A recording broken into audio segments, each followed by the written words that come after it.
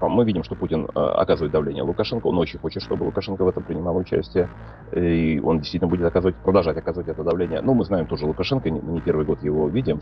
И знаем, насколько, какими качествами он обладает, в том числе и по отношению к Путину. В крайнем случае, необходимо исходить из самого худшего варианта. Из варианта в том случае, если Лукашенко направляет свои войска в Украину. Всегда надо исходить все расчеты, исходить из самого плохого варианта и готовиться к нему.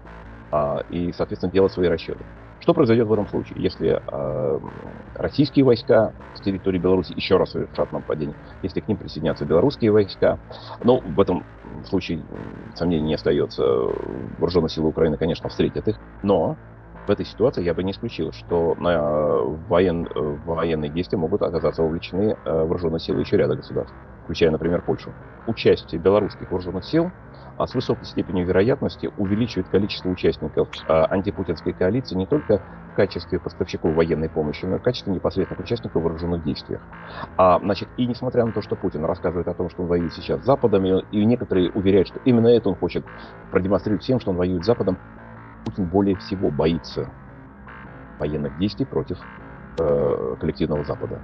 Потому что участие коллективного Запада своими вооруженными силами в российско-украинской войне означает конец Путина.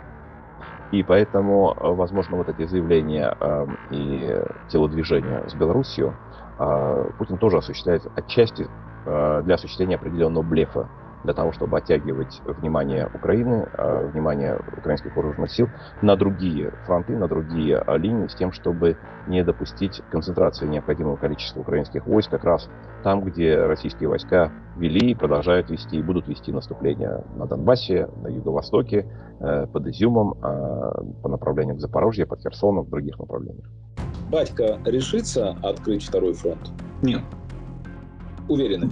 Да, я в этом даже практически уверен. Объясню почему. Потому что вооруженные силы Беларуси – это единственная опора, на которой сидит Лукашенко. Причем ни КГБ, ни там силовые какие-то другие структуры не удержат его у власти, если он потеряет армию. Вот армия как силовой блок, она его единственная надежная опора в восседании в кресле президента Беларуси. Причем она его охраняет с двух сторон. С одной стороны, она его охраняет от общества, но в этом случае лидирующую роль играют силовики, но армия поддерживает. Кстати, армия помогала силовикам в 2020 году разгонять демонстрантов. То есть какая-то часть ее была на стороне Лукашенко. Он справится. А со стороны Российской Федерации, пока у Лукашенко в его подчинении есть армия, они не рискнут его ликвидировать или каким-то другим способом отстранять от власти. Потому что еще неизвестно, кто первый добежит до Минска. Запад или Россия? Вот это очень важно. И я думаю, что вы видите, как он выстроил свою вертикаль власти, что убери Лукашенко, и непонятно, что будет с Беларусью. Это вопрос рационально-нерациональный. Это абсолютно нерационально для Беларуси. Рационально было хоть как-то в начале конфликта, когда был шанс победить. И более того, участие белорусской армии в этом конфликте очень сильно бы этот шанс увеличил. При всем уважении к белорусской армии, при всем уважении, я не сомневаюсь в мужестве и профессионализме белорусских военных, у них есть один крупный недостаток – отсутствие боевого опыта и отсутствие мотивации. Украинские вооруженные силы сделают их в течение 3 суток. Все, кто там попытается наступать, да. Белорусы, бедные, не успеют даже боевой опыт получить. Как уже все будет кончено. Ну и надо понятно, что это вторжение резко меняет вообще баланс сил в Восточной Европе, логику конфликта и так далее. И тут поляки вполне могут вступиться. Поэтому Лукашенко, скорее всего, будут крутить на военные маневры, которые угрожают и заставляют удерживать соответствующую группировку у нас на северной границе. Мой вывод: пропетляет эта белорусская крыса, она все-таки пропетляет, потому что послать армию в Украину — это смертельно опасно для него. Мы же знаем все вот эти... Путин же настаивал, когда это было как бы более актуально, когда он сам был под Киевом. Я не знаю, что сейчас может сделать Лукашенко там, когда вся российская армия, она замкнута в этих ожесточеннейших борьбе на Донбассе. Там, у нее есть какие-то микроуспехи, но с каким громадным трудом это дается.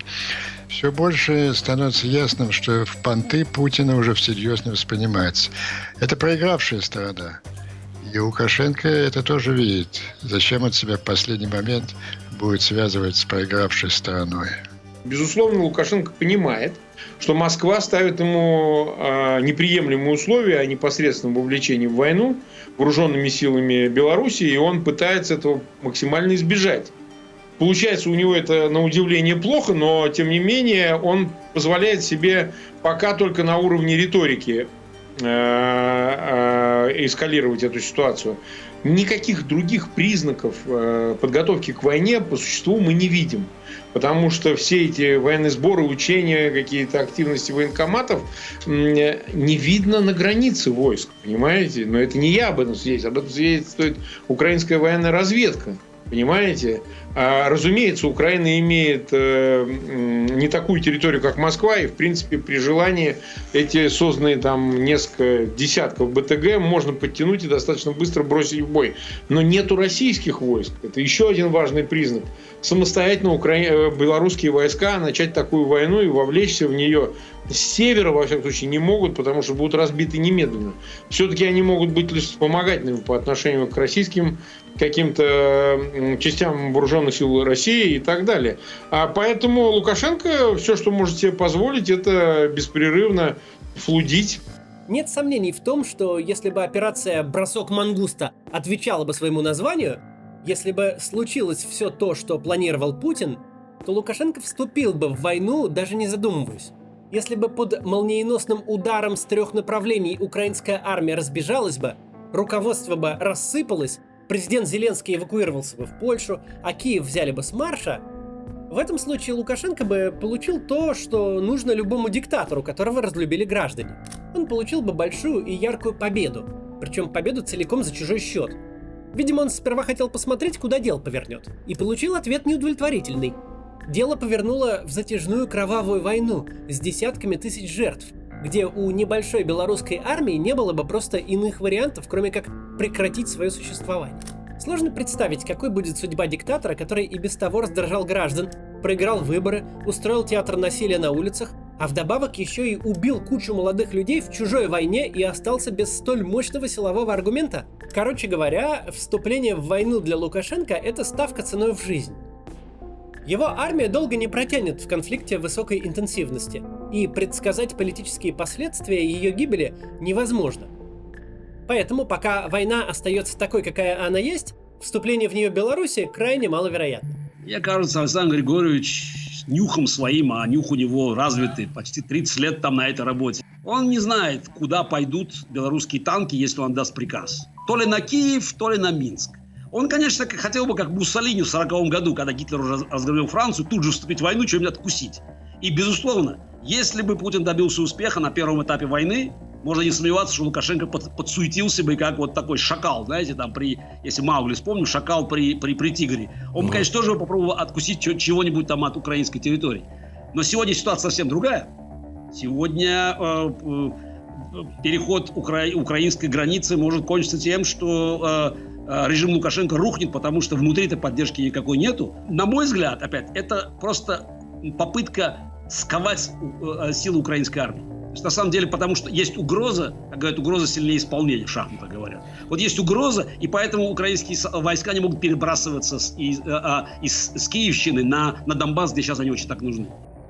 По всем косвенным и некосвенным разведданным Лукашенко не введет войска. Но может произойти всякое. Есть целый ряд моментов, о которых я могу говорить, и целый ряд, о которых не могу говорить. Почему я так думаю? Мне кажется, что белорусы не пойдут на территорию Украины, войска белорусские, я имею в виду. Мне кажется, не пойдут. И Лукашенко понимает, что если он отдаст этот преступный приказ, его кресло может расшататься. Не зашататься, а расшататься. Он и так сидит не очень хорошо, поддерживаемый русскими штыками. А Лукашенко интересует только одно – власть. Больше для него никаких интересов нет. Пользуясь случаем, я хочу сказать, что Лукашенко точно такой же преступник, как и Путин. И если он думает уйти от ответственности, ему это не удастся. На совести Лукашенко кровь украинцев.